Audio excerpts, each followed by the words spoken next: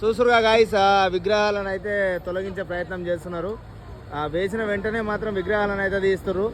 Plaster of Paris విగ్రహాలను వాడొద్దు, పర్యావరణానికి మంచిది కాదని చెప్పి ఎంతోమంది చెప్పినా కానీ తయారీ విధానం మాత్రం ఆగట్లేదు.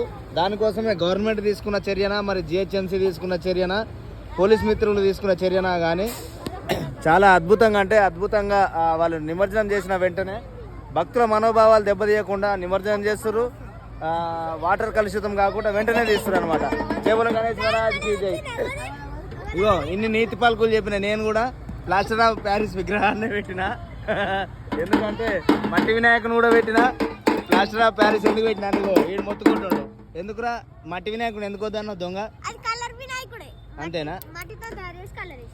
చూసినావా, మావని కూడా తెలియదు మట్టితో తయారు చేసిన అనుకుంటుండు. మా విగ్రహాన్ని అయితే బయటకు తీసారు. చక్క చక్క చక్క చక్క మెరుస్తుంది. ఈ లాస్ట్కు ఉన్నదే మా విగ్రహం.